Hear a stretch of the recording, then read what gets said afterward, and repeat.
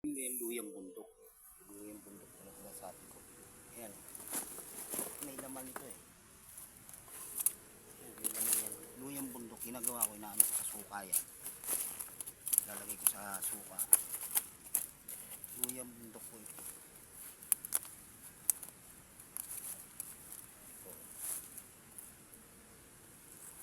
Ang palaman niya, wala pang malalaki.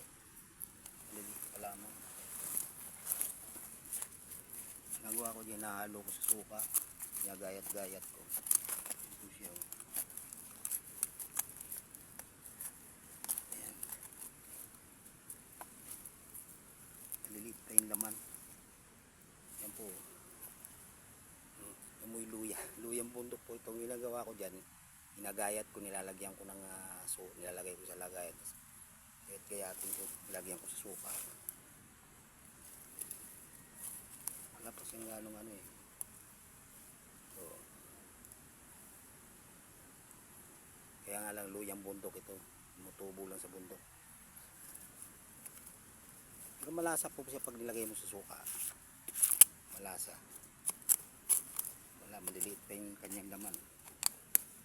Wala pang mga laman. Ayan po.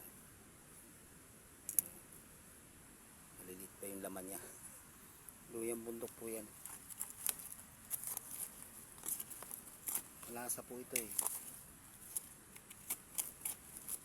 Ayan, pagka marami na siya, ito marami na yan. Ayan po. Ayan. Dito lang ako nang lalagay ko sa sukaan eh. Sarap din ang lasa niya. Lagyan din kompleto, lagyan din ng sili.